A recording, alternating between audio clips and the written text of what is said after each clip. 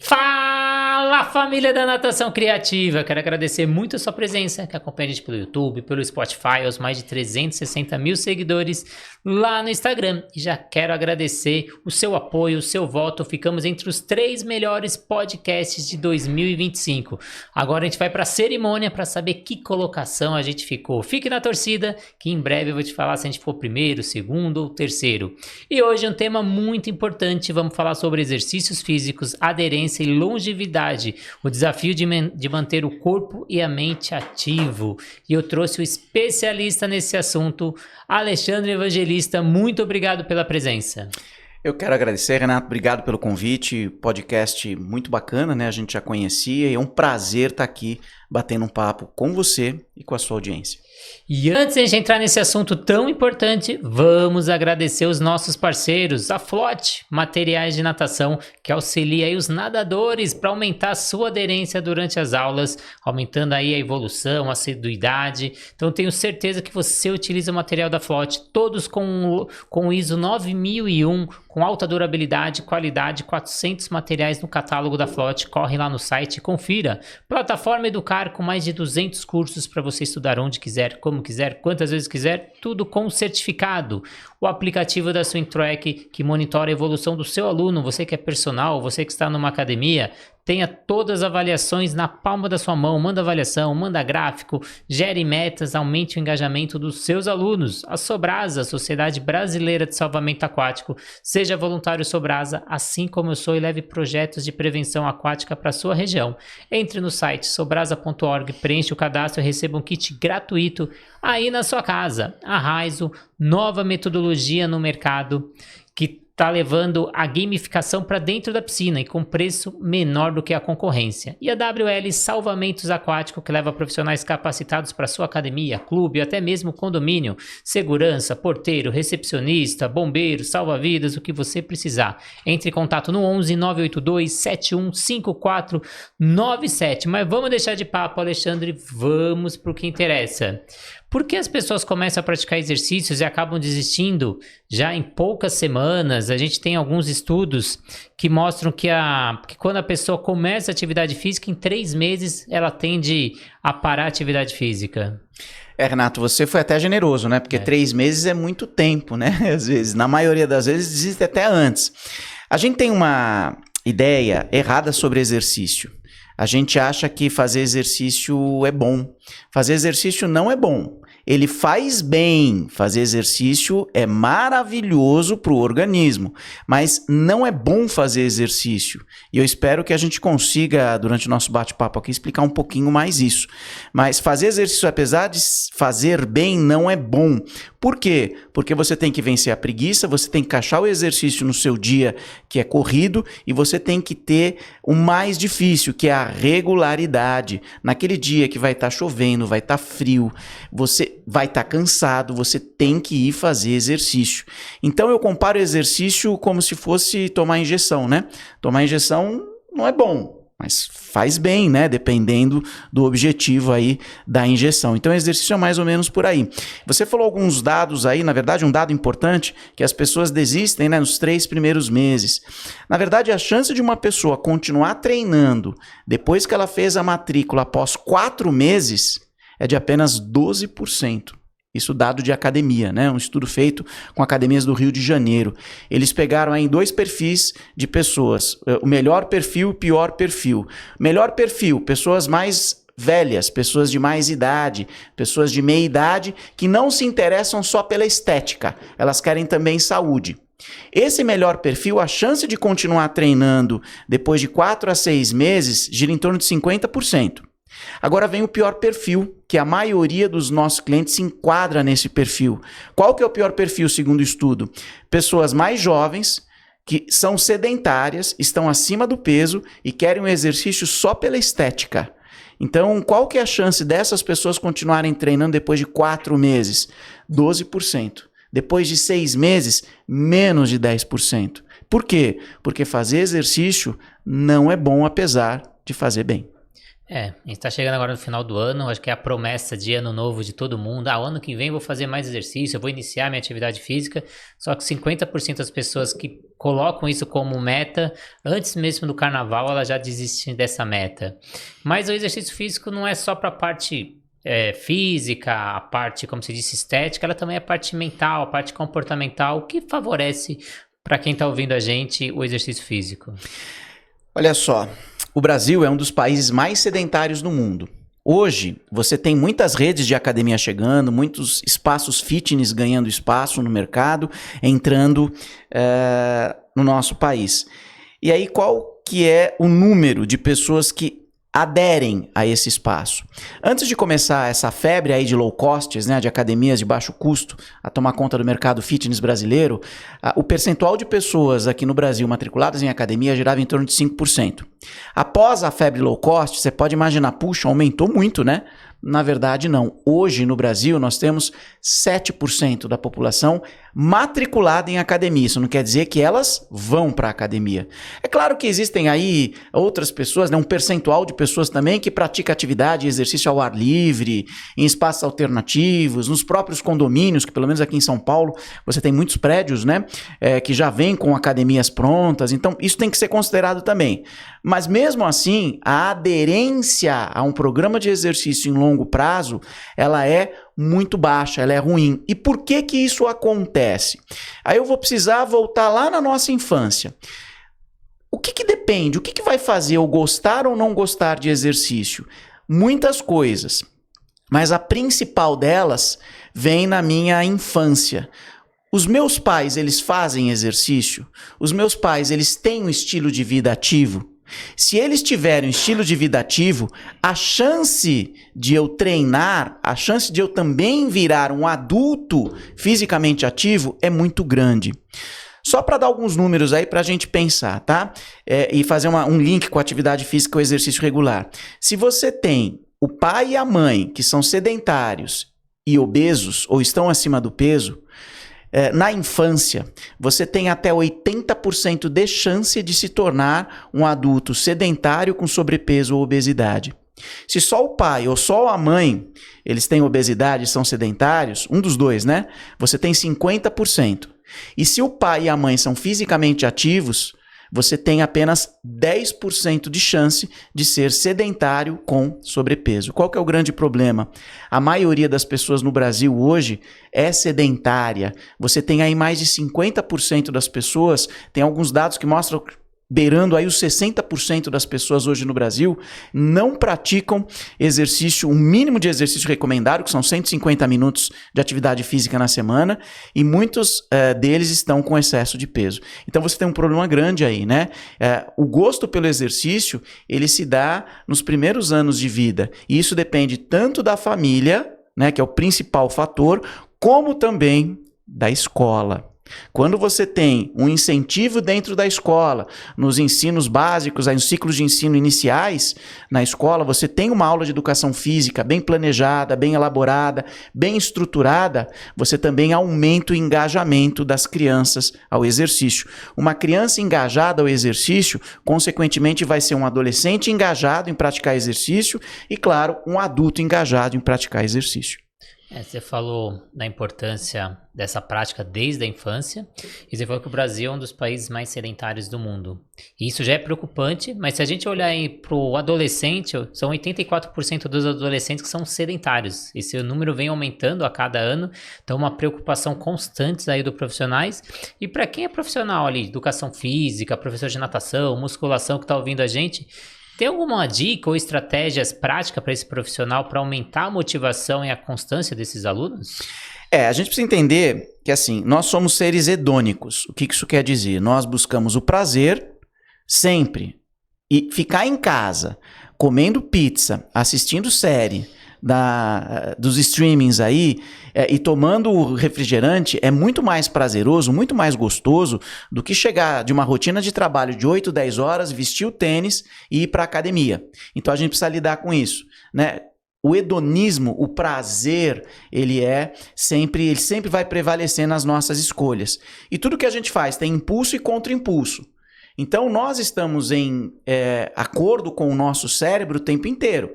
Eu vou ou não vou fazer determinada coisa? Se eu fizer, quais são as vantagens que eu vou ter, o que eu vou ganhar? Se eu não fizer, o que eu vou perder? Então, a gente fica nessa briga com o nosso cérebro o tempo inteiro.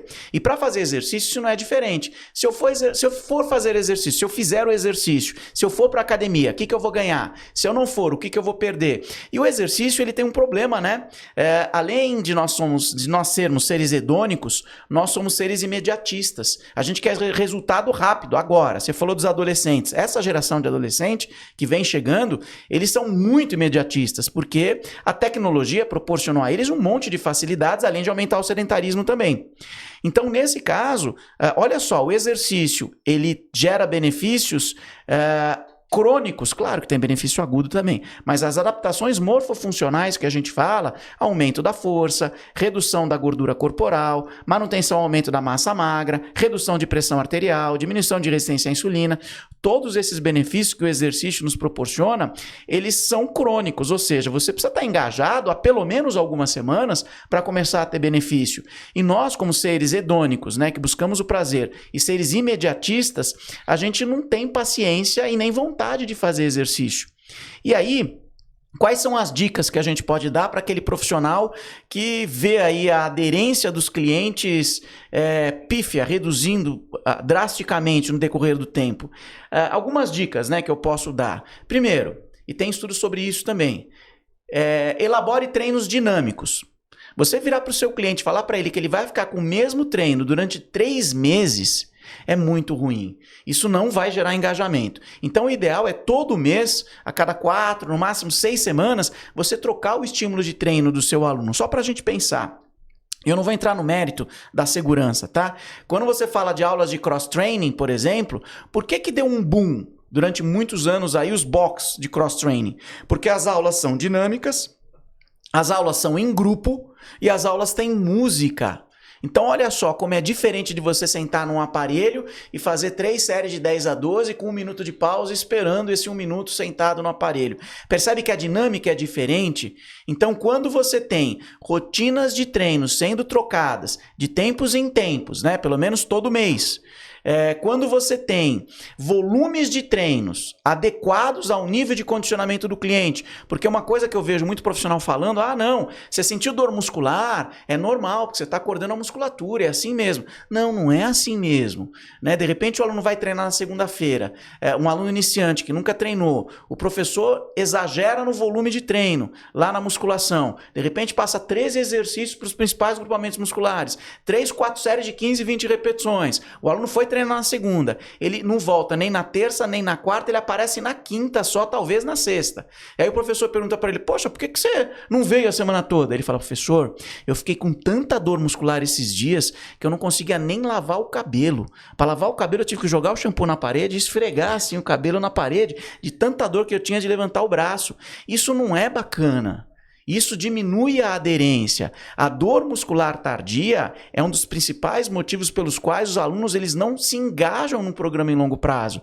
Porque ele não estudou, ele não sabe que vai ter o efeito repetido do estímulo, ele não sabe que com o passar do tempo essa dor muscular ela vai diminuindo. Ele acha que toda vez que ele for treinar vai ser a mesma coisa. Então isso diminui a aderência em longo prazo. Então vamos lá, primeira dica. Crie estratégias dinâmicas de treinamento. Segunda dica, trabalhe com volume e intensidade adequados para o nível de condicionamento do cliente. Terceira dica, analise o perfil do cliente e case esse perfil com o ambiente que ele vai treinar. Tem muito cliente, por exemplo, que não gosta do ambiente da academia. O ambiente da academia não é um ambiente agradável a todos. Para muitas pessoas é um ambiente hostil. Não é? Então, assim, será que o perfil daquele cliente que é mais tímido, que está acima do peso, que tem vergonha do próprio corpo, será que a academia é ideal para o cliente? Ou será que, de repente, um espaço livre, onde as pessoas não estão tão amontoadas, assim como parques, por exemplo, espaços abertos, será que não é um pouco melhor para esse cliente? Então eu vejo a prestação do serviço ainda dos profissionais muito mecanizada, muito tecnicista. A gente ainda coloca hoje, eu não estou dizendo que o comportamento técnico, o conhecimento técnico não seja importante, não é? Mas veja, a gente às vezes coloca o método, os meios e métodos de treino na frente da das pessoas. E a gente esquece que tem que ser o oposto, né? Eu tenho que pegar essa pessoa e adaptar os meios e métodos ao perfil dessa pessoa, não o contrário. Porque é a mesma coisa que eu vou numa loja, eu falo, olha, eu uso G. E o vendedor fala, não, aqui a gente só tem M, você tem que se adaptar ao M, você tem que ser M, e é isso. A academia a gente faz muito isso, é muito mecanizada a coisa, né? Um treino padrão para todo mundo. Então a gente tem que tomar muito cuidado para, de repente, não cometer essas gafes. Para finalizar, então, eu responder a pergunta. Crie treinos, rotinas de treinos dinâmicas, troque a cada 4 semanas o treino na musculação, por exemplo. Considere aí dosar volume e intensidade para não exagerar na dose, o cliente não ficar com muita dor e desmotivado. E terceiro, analise aí o ambiente que o cliente vai treinar com o perfil desse cliente para ver se você não está dando tiro no pé. Você comentou do CrossFit, eu acrescentaria ainda mais um item, que é a parte de competição. Eles trabalham muito a competição entre os membros, isso motiva. Então você vê a sua evolução, você vê a evolução do outro, você se compara com outra pessoa. E o ser humano, mesmo que você fale, eu não sou competitivo, todo mundo gosta de se comparar, todo mundo gosta de ver sua evolução, de estar melhor do que o outro, de mostrar, eu melhorei. Então outra coisa que engaja muito na prática de exercício. E uma coisa que eu percebo muito, Alexandre, é que o quê? Hoje, quando as pessoas estão envelhecendo, por exemplo, meu pai, a geração antiga está cuidando dessas famílias. Então, eu cuido do meu pai, cuido da minha mãe. Só que quando eu tiver uma certa idade, eu não vejo que os meus filhos vão cuidar de mim. Porque eles estão tendo filhos cada vez mais velhos. Na hora que eu tiver a idade que eu vou precisar desse auxílio, eles vão estar com crianças pequenas, eles vão estar no auge do trabalho. Então, a gente precisa ter uma longevidade com independência e autonomia. E o que o exercício físico promove ou influencia nessa longevidade com essa qualidade de vida? Olha só que ponto bacana que você tocou, Renato. Fazer exercício é a melhor coisa do mundo. Você fala, mas você acabou de falar que não é bom. Então, não é bom, mas faz um bem danado. E quando você cria o hábito do exercício, é maravilhoso, não é? Porque você se sente bem, você se sente disposto. Só para a gente ter uma ideia, né? Falando do envelhecimento que você citou aí. O Brasil é um dos países também que está envelhecendo. E a gente está envelhecendo no pior cenário. Se você pegasse alguns anos atrás, lá atrás, 20, 30 anos atrás, aquele gráfico, né, aquela figura de faixa etária populacional, você viria que a gente tinha, né, uma imagem em funil, ou seja, você tem a população jovem aqui na base e vai afunilando conforme as pessoas vão envelhecendo. Então você tem muito mais jovem, isso é fantástico, né, para o produto interno bruto, né, que é a riqueza que se produz no país, porque você tem aí uma workforce, né, de trabalho, você tem mão de obra. E aí o país se beneficia disso. Agora, atualmente, se você olhar para essa figura, para essa imagem aí, da faixa etária do brasileiro, já está em forma de colmeia. Ou seja, você já tem pessoas de meia idade, às vezes, superando a quantidade de pessoas mais jovens. E isso é um problema, porque nós estamos envelhecendo. E não para por aí. O Brasil está envelhecendo, só que envelhece pobre. Isso é um grande problema. Você fala, mas a Europa só tem muito idoso na Europa. Tem, só que eles têm dinheiro e a gente não. E isso é um problema, por quê? Porque quando o país envelhece pobre, você sobrecarrega o sistema de saúde. E aí você acaba com todos os outros setores da economia, porque tem que se investir muito em saúde para dar conta da busca da demanda. E aí qual que é o papel do exercício nisso tudo? Só para a gente ter uma ideia, né? Idosos de 70 anos hoje que treinam musculação, treinamento de força de 2 a 3 vezes na semana. E por que eu estou puxando a sardinha aqui para treinamento de força? Porque força é a capacidade mais importante que a gente tem. Eu não estou dizendo que, de repente, correr, pedalar, nadar, remar, não seja importante, é muito importante também. Mas o treinamento de força, conforme a gente vai envelhecendo, ele é fundamental. Porque a gente começa a perder força a partir dos 25, 30 anos. A gente acha, eu aguento. Não, 25, 30 anos eu já começo a ter perda de força. O ápice da fisiologia é entre 18 a 25 anos. É só você ver que a maioria dos recordes olímpicos eles foram quebrados por atletas nessa faixa etária, entre 18 a 25 anos, a grande maioria deles. Então, dos 25, 30 anos, a minha força começa a cair. Dos 50 em diante, a minha força cai bastante. E dos 70 para frente, a força ela cai exponencialmente. Então, você pega hoje um idoso de 70 anos que faz treinamento de força, força 2 a 3 vezes na semana, de forma regular já há muitos anos, ele tem as mesmas condições físicas e funcionais para desempenhar tarefas do dia a dia do que um indivíduo de 50 anos sedentário. Aí você fala, poxa, mas 50 anos sedentário não é ruim? Não, não é ruim. Você está falando de um idoso de 70 anos. Então, por isso que é tão importante você fazer exercício físico. E no caso das mulheres, qual que é o grande problema? A mulher tem estrogênio e progesterona, que são hormônios fantásticos para sistema imune, proteção cardiovascular, mas a mulher, quando ela atinge a menopausa, ela tem aí um risco aumentado de sarcopenia.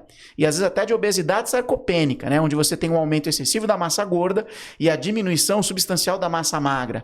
E aí você aumenta muito risco de quedas e diminuição de atividades do dia a dia. Então, mulher, ela sofre muito mais os efeitos da idade do que o homem, porque o homem ele tem a testosterona.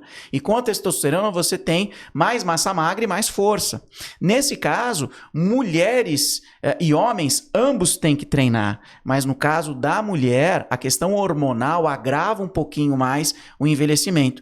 Então, o treinamento de força antes da menopausa, ele é extremamente necessário também para o público feminino. Você falou do grande problemática que é a queda, que é a principal causa de morte na terceira idade, que às vezes a gente não dá essa atenção devida. Então, o trabalho de força, principalmente de membros inferiores, é muito importante nessa faixa etária aí que já trabalhando aí acima dos 50 anos. E além do treino, tem outros fatores que também sustentam a aderência da longevidade ativa, como sono, alimentação. O que mais você indica para quem está ouvindo a gente? Além do treino. Na longevidade ativa, não passar nervoso, mas se você souber como fazer isso, me avisa, porque aí eu vou começar a seguir imediatamente, né? Não passar estresse no dia a dia, mas o mundo que a gente vive hoje é difícil. Não deixar de se engajar em atividades sociais. Por quê? A gente falou muito de fisiologia até agora no envelhecimento, não é? Mas tem a parte psicológica também que a gente menospreza muito. Por exemplo, você tem uma teoria do envelhecimento chamada teoria do desengajamento social. Como é que essa teoria funciona? Nós estamos aqui batendo papo no podcast, né, esse fantástico podcast. Nós somos, em teoria, ainda jovens, somos saudáveis, treinamos, temos um estilo de vida ativo. Falo por mim agora. Eu sou pai de dois, uma menina e um menino. A menina tem 13, o menino tem 9. Eu sou casado há 16 anos. Eu tenho um cachorro. Meu pai e minha mãe são vivos, graças a Deus. Eu trabalho, tenho estilo de vida ativo, trabalho 40, 50 horas na semana. Então, veja quantos papéis eu desempenho na sociedade. Eu sou pai, eu sou marido, eu sou dono de pet, eu sou filho ainda.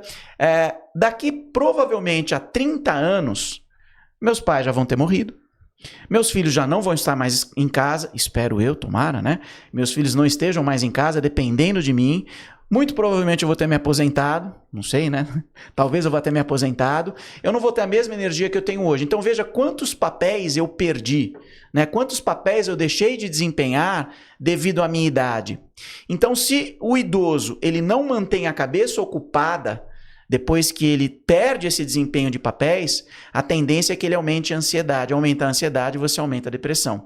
Ao aumentar a depressão, você se move menos no dia a dia.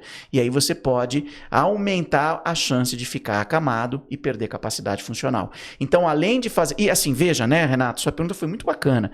Por que fazer exercício é fantástico?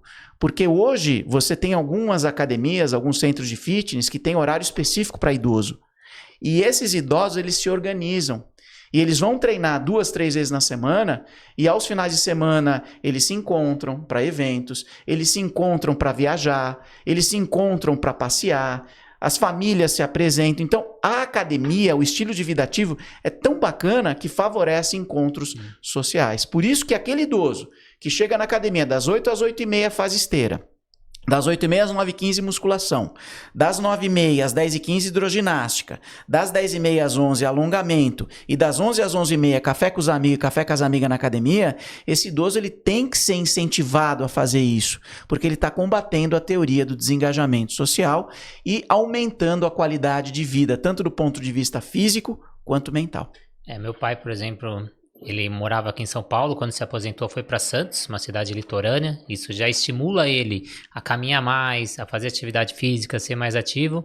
E ele começou a frequentar o Sesc, que é um excelente centro, que ele faz sim atividade física, mas tem a parte cultural, tem a música, tem o show, tem um almoço que ele vai com os amigos, tem as viagens que ele faz com o Sesc. Então é todo um contexto que faz ele ser ativo e, além disso, está sempre em convívio com as pessoas, que isso é importante, como você falou, para depressão, para ele não se isolar, um fator importante. E aí a pergunta de 1 milhão para a gente fechar, Alexandre, para quem é sedentário, que você falou que é mais que a metade da população, como começar hoje, depois que eu vi esse podcast, dar o primeiro passo e transformar o exercício físico num hábito real e prazeroso, não só frequentar, ser prazeroso?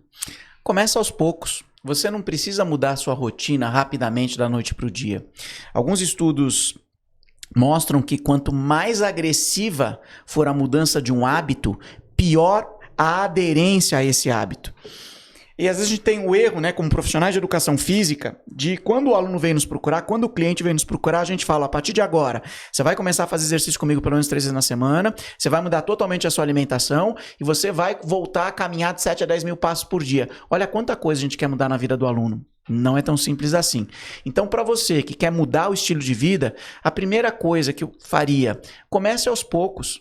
De repente, calça o tênis. Começa dando uma volta no quarteirão, vê como você vai se sentir. Aí faz uma semana isso. Na próxima semana, 2 voltas no quarteirão. Na próxima, 3 voltas no quarteirão. Leva o cachorro para passear. Você leva o cachorro para passear 10 minutos, tenta aumentar para 20 minutos na primeira semana, 30 minutos depois. E claro, quando você se sentir preparado para se engajar em uma coisa um pouquinho mais direcionada, procura um profissional de educação física e ele é o competente para te orientar ao que fazer. Mas a regra é, comece aos pouquinhos e às vezes a regularidade é mais importante do que a duração das sessões de treinamento. Mais vale a pena você fazer 15, 20 minutos de exercício 3, 4 vezes na semana do que você ir 1 ou 2 vezes na semana e fazer 1 hora de exercício. Eu, por exemplo, antes do podcast, eu passei com a minha cachorra. Então, todo dia, 2 vezes por dia, eu faço o meu passeio ali. E ter pet, ele te deixa mais ativo, né? Isso te força a sair, a caminhar, a sociabilizar. Você começa a conhecer mais pessoas que têm outros pets. Então, também, o pet te auxilia a ser mais ativo. Alexandre, queria que você deixasse suas redes sociais, os seus projetos. Agora é hora de fazer o seu jabá para finalizar. Bom, primeiro eu quero agradecer mais uma vez, Renato, o convite, agradecer a equipe que está aqui com a gente, né, nesse local maravilhoso, fiquei até surpreso, posso falar até assim? Pode, SampaCast aqui. A gente está no Centro Cultural de São Paulo, aqui, perto da Estação Vergueiro do metrô. Eu não conhecia a estrutura fantástica e o serviço aqui de extrema qualidade e gratuito. Eu fiquei surpreso com a qualidade aqui do serviço. Mas vamos lá. Minhas redes sociais, né? @Alexandre Evangelista Oficial, meu Instagram. Todo dia quase eu posto vídeos, né, sobre o que tem de novo na ciência e fazendo uma aplicação prática. É direcionado para profissionais de educação física, mas isso não quer dizer que você, de repente, que quer um estilo de vida mais ativo, não possa se beneficiar. Lá eu dou dica de exercício, de forma geral. Eu tenho também um e-mail, se vocês quiserem, né? É contato@alexandrelevangelista.com.br. Tem um L aí no meio, né? contato@alexandrelevangelista.com.br. E eu também tenho um site, o www.alexandrelevangelista.com.br. Lá dá para conhecer um pouquinho mais do meu trabalho e ter acesso aí a todos os cursos que eu tenho para profissionais. Quero agradecer muito a sua presença, Alexandre, agradecer também os nossos parceiros, a Flot Materiais de Natação, Plataforma Educar com mais de 200 cursos, o aplicativo da Swimtrack, a Sobrasa, que auxilia a gente nesse projeto de prevenção e diminuição no casos de afogamento, a Raizo, nova metodologia no mercado que está com preço super acessível, e a WL Salvamentos Aquáticos, que leva profissionais capacitados para o seu negócio. Então entre em contato no 11 982 71 5497. Se você ficou até o final, essa entrevista fez sentido para você, mande para alguém, manda aquela mensagem, fala, assisti essa entrevista e lembrei de você, acho importante você assistir ela. Ative a notificação para sempre receber os novos episódios e, claro, segue o nosso canal e fique na torcida para ver se a gente vai ganhar como melhor podcast 2025. Então, muito obrigado e até a próxima entrevista.